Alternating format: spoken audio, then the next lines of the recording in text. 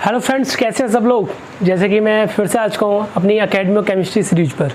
Hopefully आप सब बढ़िया होंगे और अपने घर पे पढ़ाई कर रहे होंगे। जैसे कि आप सब लोग जानते हैं, मैंने लास्ट लेक्चर में आपको बताया था कि मैं एक MCQ बेस्ड सीरीज स्टार्ट कर रहा हूँ जो कि 12th के स्टूडेंट्स के लिए, जो कि अब एग्ज़ाम देने वाले हैं। पता नहीं एग्ज़ाम हो या ना हो, बट प्रॉब्ली चांस है एग्ज़ाम तो होंगे, ठीक है। लेकिन जैसा भी होपफुली देखते हैं एक दो दिन में फाइनलाइज हो जाएगा। बट देखो, कहीं ना कहीं मैं तो बस आपसे इतना ही कहना चाहूँगा, इस सीरीज़ को स्टार्ट करने से पहले आपके एग्ज़ाम हो या ना हो, बट एक चीज़ तो फाइनलाइज है, अगर आप प्रमोट भी होते हो बाई चांस अपने इंटरनल असेसमेंट जो भी आपने थ्रू आउट ईयर किया है, पढ़ा है, उसके बाद भी अगर कोई भी यूनिवर्सिटी है, कोई भी कॉलेजेस है, कहीं भी अगर आप स्टडी करने जाओगे आफ्टर 12th, स्टडी तो करोगे, किसी फील्ड में जाओगे, ठीक हो, तो कहीं ना कहीं आपका जो कहीं भी एंट्री होने वाली है वो आपकी एंट्रेंस पे होगी। अगर सपोज दैट जैसे कि दिल्ली यूनिवर्सिटी है, जनरली वो कट ऑफ बेस्ड, वो क्या परसेंटेज बेस पे लेता है, तो सिंपल सी बात है, तो बहुत सारे क्राइटेरिया चेंज होने वाले हैं। कहीं ना कहीं अगर आप इससे बचोगे, आप सोचो कि हम 12th के एग्ज़ाम नहीं दे पा रहे, नहीं देना चाहते, कोई नहीं, आप कहीं भी एंट्री लेने जाओगे किसी यूनिवर्सिटी के अंदर, वो आपका एंट्रेंस लेगी, तो आपकी जो नॉलेज है उसका असेसमेंट तो होना है, ये तो फिक्स है। आपने जो थ्रू आउट ईयर पढ़ा है, समझा है, concept, chemistry, physics, maths, biology, जो भी आपने सब्जेक्ट स्टडी करे हैं 12th में, कहीं ना कहीं उनका आगे जाके यूज़ तो होना ही है, भले वो ग्रेजुएशन में हो, भले पोस्ट ग्रेजुएशन में हो, कहीं भी हो, ठीक है। आपको आपकी नॉलेज का असेसमेंट तो देना ही पड़ेगा, क्योंकि without giving your assessment you can't cross the barrier. आप एक बैरियर है उसको क्रॉस नहीं कर सकते, ठीक है। देखो, मेरा मानना तो ये है, क्योंकि हमारी नॉलेज हमारे पास कितनी है ये मैटर नहीं करती, उसका हम कितना एप्लीकेशन यूज कर पा रहे हैं रियल लाइफ के अंदर, वो ज़्यादा मैटर करता है। मेरा मानना है कि पढ़ाई हमने कितनी करी ये मैटर नहीं करती, कितना आपको आता है, कितनी आपने स्किल्स उससे सीखी हैं, कितना आप अपने आप को ग्रो अप कर पाए हो, अपनी नॉलेज को, बहुत ज़्यादा मैटर करता है, ठीक है। तो कहीं ना कहीं होपफुली मैं चाहता हूँ कि आप भी अपना असेसमेंट करो, डेली बेसिस पे अपने आप को रियलाइज करो, ऑब्जर्व करो। देखो, मेरा ये सीरीज स्टार्ट करने का मोटिव क्या है, सिर्फ इतना है कि अब जो एग्ज़ाम का पैटर्न होगा वो MCQ बेस्ड ही होगा, ठीक है। आपके जो पेपर होंगे वो MCQ बेस्ड होने वाले हैं। तो आपकी जो प्रैक्टिस है जनरली वो क्या है, हमारी सब्जेक्टिव प्रैक्टिस हमें कराई जाती है, क्योंकि हम सब्जेक्टिव भी पेपर दे रहे हैं बोर्ड के अब तक, तो इसमें मिस्टेक तो हमारी है नहीं है। बट अब जो पैटर्न होगा, सपोज दैट अगर 70 का पैटर्न है पेपर है, तो वो आपको 35 का होगा। मैंने आपको पहले भी लेक्चर में ये चीज़ें डिस्कस कर सका हूँ, इसको मैं ज़्यादा डीप में नहीं जाने वाला हूँ। तो आज जो हम सीरीज स्टार्ट कर रहे हैं वो ऑर्गेनिक से स्टार्ट करूंगा मैं। हेलो एल्केन पहला चैप्टर है, हेलो एल्केन हेलो एरीन, आपने काफ़ी अच्छी तरह पढ़ा होगा। आप सब बच्चे 12th में हो, बोर्ड की पेपर देने वाले हो, भले बच्चे बोर्ड के हों, भले वो नीट के हों, उनके लिए भी हेल्पफुल है, क्योंकि केमिस्ट्री के एग्जाम वो भी देंगे, जेई मेंस के एडवांस उनको भी देना है, फेज़ 3 जेई मेंस, फेज़ 4 उनको भी देना है। तो कहीं ना कहीं ये सारी सीरीज जो स्टार्ट करूँ सभी के लिए जो 12th में प्रेजेंट में है, भले वो नीट के बच्चे हों, भले वो जेई मेंस के बच्चे हों, भले वो KVPI के बच्चे हों, भले वो 12th बोर्ड के बच्चे हों, ठीक है। ये सबके लिए हेल्पफुल होने वाली है। यहाँ पर मैं क्या करूँगा, जो बेसिक्स क्वेश्चन है उनको उठाऊँगा और थ्रू आउट हाई लेवल के क्वेश्चन तक हम इसको लेके जाएंगे। तो ठीक है, आप होपफुली अपने आप को कनेक्ट कर पाएँ मेरी नॉलेज से, तो बेटर होगा। जो भी आपको डाउट हो आप कमेंट बॉक्स में टाइप कर सकते हैं, ठीक है। आज जो पहला टॉपिक है वो है हेलो एल्केन हेलो एरीन। उसमें देखो, मेरा मानना है कि आप यहाँ पे जो भी आए सब बच्चे पढ़ के आए, क्योंकि यहाँ पे ये केवल क्वेश्चन और आंसर बेस्ड डिस्कशन होगा। यहाँ पे कोई भी टॉपिक बेस्ड डिस्कशन नहीं होने वाला कि मैं आपको एक टॉपिक सपोज दैट मैं आपको न्यूक्लियोफाइल इलेक्ट्रोफाइल समझाऊँ, ऐसा कुछ नहीं होने वाला। यहाँ पे हम सिर्फ क्वेश्चन आंसर करने वाले हैं। मैं मान के बैठता हूँ कि आपको सब कुछ आता है, बस आपका यहाँ पर रिविजन होता है, आप अपनी नॉलेज को असेस कर पा रहे हो कितना आपको आता है, ओके। जैसे कि आप देख सकते हो, पहला ऑब्जेक्टिव क्वेश्चन मैंने लिया है, which would go under SN1 reaction faster. अब देखो, क्वेश्चन का फॉर्मेट चेंज हो गया है। बात SN1 रिएक्शन की हम सब जानते हैं, 12th में बढ़ के आते हैं। SN1 क्या होती है, SN2 क्या होती है, SN1 क्या होता है, यूनिमोलिकुलर न्यूक्लियोफिलिक सब्स्टिट्यूशन रिएक्शन, ठीक है। अब इसमें ये पूछा है कि ये दो कंपाउंड हैं, ठीक है, 1 methyl chloro cyclohexane and second 1 chloro cyclohexane. अब इन दो कंपाउंड में से कौन सा कंपाउंड SN1 फास्टर देगा। ध्यान से सुनिए मेरा क्वेश्चन ये है कि ये जो हमारे पास दो कंपाउंड है, इनमें से कौन सा कंपाउंड SN1 फास्टर जल्दी देगा। अब आपको जब हम SN में पढ़ाते थे तो आपको चीज़ें पढ़ाई गई थी कि SN1 में जो एल्काइल हैलाइड की रिएक्टिविटी होती है वो क्या होती है, आप सब जानते होंगे क्या होता है order, tertiary is more than secondary than primary SN1 के लिए, और SN2 के लिए क्या हो जाता है, उल्टा हो जाता है, primary than secondary than tertiary.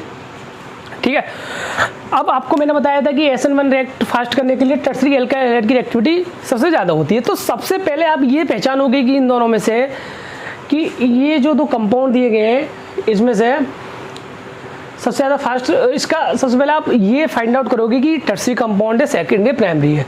अब टर्सरी प्राइमरी सेकेंडरी कैसे फाइंड आउट करते हैं, तो जिस भी कंपाउंड से हेलोजन अटैच है उस कार्बन वो कितने कार्बन से अटैच है, सपोज दैट जैसे कि देखिए ये हेलोजन है, ये इस कार्बन से अटैच है, ये कार्बन कितने कार्बन से अटैच है, 1 2, किससे, 1 से अटैच है, तो ये कितना हुआ, ये हो गया प्राइमरी।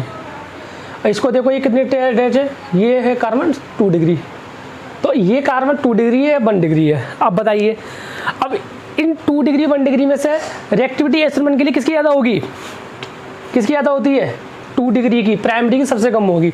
तो हमारा A और B में से क्या लगता है कौन सा कंपाउंड सबसे फास्ट रिएक्ट करेगा, सोचिए, वही बताया मैंने आपको, कौन सा, B is most reactive, B is most reaction SN1 reaction के अकॉर्डिंग जो B हमारा कंपाउंड है 1 क्लोरोसाइक्लोहेक्सेन उसकी रिएक्टिविटी सबसे ज़्यादा होगी। रीजन पहले मैंने डिस्कस किया कि टर्सरी की रिएक्टिविटी सबसे ज़्यादा होती है, देन सेकेंडरी प्राइमरी, ये हमारा प्राइमरी है सबसे कम होगी SN1 के अकॉर्डिंग, और सेकेंडरी की उससे ज़्यादा होगी। तो हमारा ऑप्शन क्या हो जाएगा my dear friend, correct, B is the correct answer. तो इस टाइप से आपको क्वेश्चन करना आना चाहिए, जरूर ऑब्जेक्टिव आएगा लेकिन हार्ड भी नहीं आएगा, इतना इजी भी नहीं आएगा, मॉडरेट आएगा। तो आपकी नॉलेज का असेसमेंट होना है वहाँ पे। अगर यही क्वेश्चन सब्जेक्टिव होता तो हो सकता है आपसे वो पूछ लेता कि SN1 क्या है, उसके रिएक्टिविटी बताइए। बट अब यहाँ पे क्या है, हमने जो नॉलेज हमने जो गेन की है उसको हमें सही शॉर्ट तरीके से उसको समझाना है एग्जामिनर को, आपको कितना आता है। तो इस टाइप के क्वेश्चन का फॉर्मेट रहेगा। ये एक बेसिक आइडिया है जो मैं आपको दे रहा हूँ कि इस टाइप के क्वेश्चन फ्रेम हो सकते हैं, ठीक है। तो उस चीज़ को समझिए, विदाउट अगर आप ऊपर से पढ़ के चले जाएंगे उससे काम नहीं चलने वाला। आपको थोड़ा डीपली जैसे आपने पढ़ा है उसको और अच्छे तरीके से पढ़िए, क्योंकि MCQ में सबसे बड़ी बात मैंने पहले ही बताई थी, अगर आपका क्वेश्चन गलत है तो वो आपके पूरे नंबर कट करता है, और सही है तो आपको पूरे नंबर मिलते हैं। बट सब्जेक्टिव में क्या होता है, अगर आधा सही है तो स्टेप वाइज मार्किंग के नंबर हो जाते हैं, बट ऑब्जेक्टिव में क्या होता है, there is no step wise marking, आप सब भी जानते हैं, सही तो सही, गलत तो गलत। अब जैसे कि सेकंड क्वेश्चन काफ़ी अच्छा क्वेश्चन है, देखिए। अब इसमें क्या बोला है, ये हमारे पास क्या है, एक एल्कोहल है, उसकी रिएक्शन कराई है हमने SOCl2 क्या होता है, थायोनिल क्लोराइड। अब हम सब जानते हैं, हम पढ़ के आए हैं अपने हेलो एल्केन में कि जब भी हम किसी भी एल्कोहल की रिएक्शन किससे, किसी भी एल्काइल हैलाइड से कराते हैं या थायोनिल क्लोराइड से कराते हैं तो क्या बनता है, ये क्या है, थायोनिल क्लोराइड। ये क्या देता है, एल्काइल हैलाइड की फॉर्मेशन करता है। क्या देता है, ये हमारा एल्काइल हैलाइड बनाता है, एल्काइल हैलाइड बनाता है, ध्यान रखना। अब सोचिए, अब एल्काइल हैलाइड बनाता है, वो क्या निकलता है इस कंपाउंड में, SO2 गैस रिलीज होती है और प्लस HCl निकल जाती है। तो ये फॉर्मेट रहता है इस क्वेश्चन को रिएक्शन करने का। अब हमारे पास इसके बेसिस पे 4 ऑप्शन हमें दिए हैं कि हमें क्या क्या मिलेगा। पहला ऑप्शन है कि हमें क्लोरोसाइक्लोहेक्सेन मिलेगा, दूसरा है कि ये थोड़ा क्लोरोसाइक्लोहेक्सेन मिलेगा, ये हमें क्लोरोबेंजीन मिलेगा, ध्यान रखिए ये साइक्लोहेक्सेन है, ये बेंजीन है, ठीक है।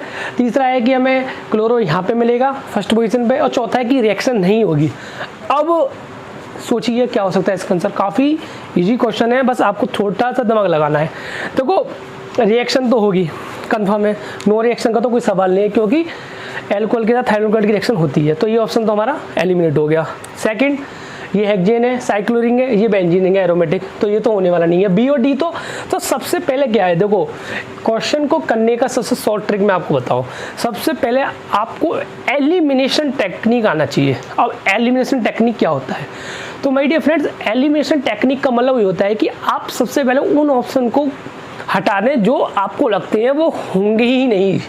जैसे कि इसमें 4 ऑप्शन है, अब आपको मालूम पड़ेगी कि रिएक्शन तो होगी, और दूसरा कि साइक्लिक रहे तो साइक्लिक ही बनेगा, या तो ये होगा या ये होगा, ठीक है। तो आपने 4 में से 2 ऑप्शन एलिमिनेट कर दिए, डैट मीन्स आप 50% क्वेश्चन को सॉल्व कर चुके हैं।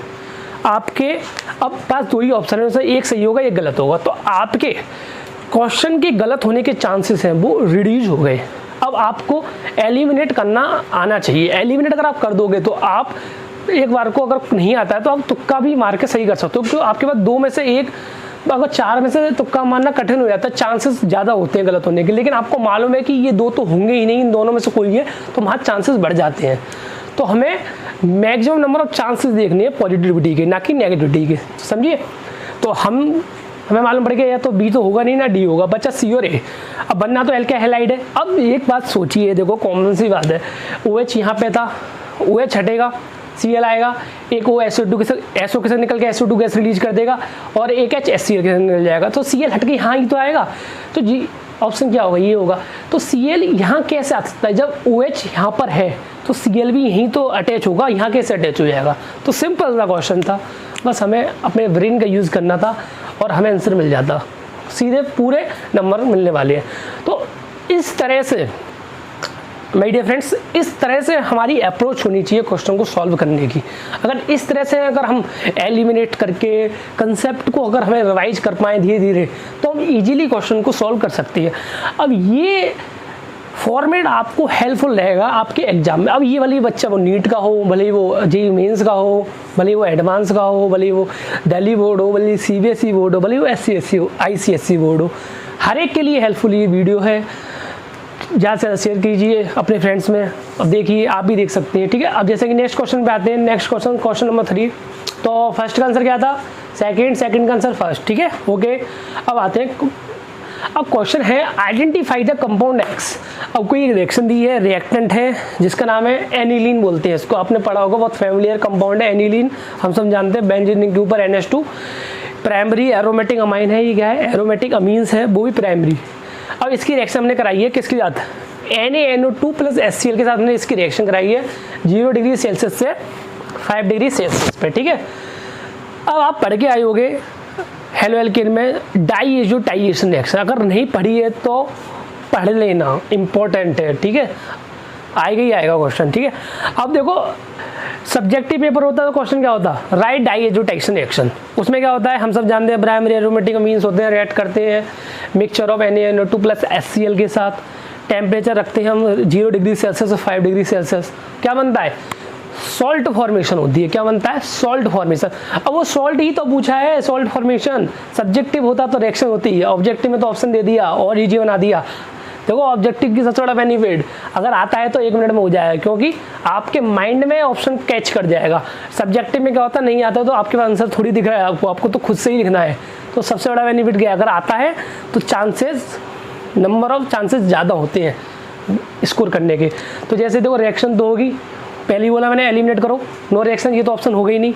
दूसरी बात, अब N2 तो लग ही नहीं सकता, सोल्ट बनता है। सोल्ट कैसा है, HNO2 तो नहीं बनेगा, बनेगा N2Cl, ये बनता है, इसको बोलते हैं डाइएजोनियम क्लोराइड। तो क्या बनता है, डाइएजोनियम क्लोराइड बनता है। तो समझे, जब हम भी एनिलीन को रिएक्ट कराते हैं NaNO2 + HCl पे तो क्या फॉर्मेशन बनता है, डाइएजोनियम क्लोराइड बनता है। क्या बनता है, बेंजीन डाइएजोनियम क्लोराइड। तो इस तरह से आज हमने 3 क्वेश्चन करे। लास्ट क्वेश्चन आज का, इसको भी करते हैं। तो मेरा मोटिव सिर्फ इतना है आपको ये चीज़ समझाने का कि आपकी अप्रोच किस तरह से होनी चाहिए ऑब्जेक्टिव क्वेश्चंस को सॉल्व करने की, कैसे कैसे हमको ऑप्शन को एलिमिनेट करना है, फिर हमें सही ऑप्शन टिक करना है। इस तरह से अगर आप क्वेश्चन अपने कंसेप्ट को पढ़ के इस तरह के क्वेश्चन को सॉल्व करोगे तो ज़्यादा से ज़्यादा नंबर ऑफ क्वेश्चन सॉल्व कर पाओगे, ठीक है। आज मैं 4 क्वेश्चन 5 क्वेश्चन कर रहा हूँ, और भी अगले लेक्चर में और अच्छे क्वेश्चन करेंगे। अब देखो लास्ट क्वेश्चन काफ़ी अच्छा है, वो SN2 पे पूछा गया है। अब इस क्वेश्चन में क्या पूछा है कि हमें एल्काइल हैलाइड की रिएक्टिविटी का ऑर्डर बताना टुवार्ड SN2। और SN2 मैक्रोजन के टुवार्ड अगर मैं रिएक्टिविटी का ऑर्डर मैंने अभी पहले डिस्कस किया था, क्या था कि primary is more reactive than secondary than tertiary, ठीक है। अब यहाँ पे हमें प्राइमरी सेकेंडरी की बात नहीं है, यहाँ पे हमारे पास हैलोजन एसिड्स हैं, फ्लोरीन, क्लोरीन, ब्रोमीन, आयोडीन, ये क्या होते हैं, हैलोजन होते हैं। अब ये किसके साथ है, किसी भी एल्काइल ग्रुप के साथ है, तो हमारे पास एल्काइल हैलाइड है। तो मैंने बताया था एल्काइल हैलाइड की रिएक्टिविटी का ऑर्डर क्या होता है, SN2 के लिए primary is more than secondary than tertiary. अब जब भी देखो एक चीज़ ध्यान रखिए, जब भी अगर हमारे पास एल्काइल हैलाइड की रिएक्टिविटी का ऑर्डर पूछे तो हमारे पास एक चीज़ हमेशा ध्यान होगी, हमारे पास एल्काइल हैलाइड में एल्काइल हैलोजन ग्रुप के साथ अगर मेरा कोई भी एल्काइल हैलाइड है तो मेरे पास जो आयोडीन होता है, आयोडीन की जो रिएक्टिविटी होती है सबसे ज़्यादा होती है। रीजन क्योंकि सबसे अच्छा लीविंग ग्रुप होता है, बेटर लीविंग ग्रुप होता है। जब ये लीविंग ग्रुप अच्छा होता है तो सिंपल सी बात है, किसी भी ये इजीली रिमूव आउट हो जाता है, इजीली निकल जाता है और अटैच हो जाता है। तो इसकी रिएक्टिविटी सबसे ज़्यादा होती है। क्यों? रीजन क्या है? क्योंकि साइज छोटा होता है। आप देखिए fluorine, chlorine, bromine, iodine, down the group जाने में साइज बढ़ता है और क्या होता है? इलेक्ट्रोनेगेटिविटी घटती है। तो क्या होता है? तो हमारा ये जो बॉन्ड होगा, RI का जो बॉन्ड होगा, इसको हम इजीली ब्रेक कर सकते हैं। रीजन क्या है? क्योंकि इसका साइज बढ़ गया। तो यहाँ पे इस बॉन्ड को ब्रेक करने के लिए हमें जो बॉन्ड डिसोसिएशन एंथैल्पी चाहिए होगी वो बहुत कम चाहिए होगी। बट RF के केस में अगर देखो तो यहाँ पे इसकी एक्टिविटी ज़्यादा नहीं होगी, क्योंकि इनका जो बॉन्ड होगा बहुत स्ट्रॉन्ग होगा। क्यों? फ्लोरीन की इलेक्ट्रोनेगेटिविटी बहुत ज़्यादा स्ट्रॉन्ग होती है, मोर इलेक्ट्रोनेगेटिव। तो ये क्या करता है? इस R को जाने नहीं देता है, इसलिए रिएक्ट करने की इसकी टेंडेंसी भी कम होती है। तो सबसे ज़्यादा रिएक्टिविटी किसकी होगी? आयोडीन वाले एल्काइल हैलाइड की। क्यों? Due to least bond dissociation enthalpy. मेरी बात को ध्यान से सुनना, बॉन्ड डिसोसिएशन एंथैल्पी कम होने की वजह से आयोडीन जो होता है इजीली रिमूव हो जाता है, इसलिए इसकी रिएक्टिविटी सबसे ज़्यादा होती है। भले ही वो SN1 का केस हो और भले ही वो SN2 का केस हो। ध्यान रखना, हमारा जो ऑर्डर होता है एल्काइल हैलाइड का, अगर 17 ग्रुप के एलिमेंट के साथ अगर दे रखा है तो क्या होगा? सबसे ज़्यादा रिएक्टिव आयोडीन होगा, फिर ब्रोमीन, फिर क्लोरीन, फिर chlorine. C is the right option. ध्यान रखना, C हमारा राइट ऑप्शन होगा हमेशा। आयोडीन सबसे बेटर लिविंग ग्रुप होता है, फ्लोरीन सबसे पुअर लिविंग ग्रुप होता है। तो ध्यान रखिए, चारों क्वेश्चंस मैंने आज कराए आपको इस चैप्टर पे बेसिस। इसमें क्या था? लगभग बहुत सारे कंसेप्ट हमारे क्लियर हो गए। SN1 का कंसेप्ट, SN2 का कंसेप्ट, एरोमेटाइजेशन का कंसेप्ट, एल्को और रिएक्शन ऑफ एल्कोहल। ठीक है, अब नेक्स्ट लेक्चर में कुछ और कंसेप्ट्स हैं, जैसे कि Wurtz reaction, Wurtz Fittig reactions, iodoform test, identification, कुछ और भी रिएक्शंस हैं, 10, 15, 20 क्वेश्चन इस तरह से किस तरह से बन सकते हैं, कुछ नॉमेनक्लेचर, उसको हम डिस्कस करेंगे। होपफुली आपको मेरा लेक्चर समझ में आ रहा हो। अगर आ रहा हो तो ज़्यादा से ज़्यादा अपने फ्रेंड्स को शेयर कीजिए, जो भी इस टाइम बोर्ड की तैयारी कर रहे हैं और नीट की तैयारी कर रहे हैं और मेंस की तैयारी कर रहे हैं। होपफुली उन सब के लिए हेल्पफुल रहेगा। मैं बेसिक से लेकर आज का जो चैप्टर, जो कंसेप्ट था बहुत ज़्यादा बेसिक था, और मेरी रिक्वेस्ट ये थी कि आप पढ़ के बैठो विदाउट, अगर आप क्योंकि इस टाइम मैं जानता हूँ पढ़ के ही, क्योंकि यार 1 साल हो गया अब तो पढ़ के ही इतना सब तो आते ही होगा आपको। अब कोई भी अगर ब्लैंक है तो ब्लैंक ज़रूर ब्लैंक ना बैठे, क्योंकि ऊपर से जाएगा बाउंसर जाएंगे, नहीं झेल पाओगे। ओके फ्रेंड्स, फिर मिलते हैं नेक्स्ट लेक्चर में, और जैसा शेयर कीजिए, फिर मिलते हैं। Okay bye, thanks.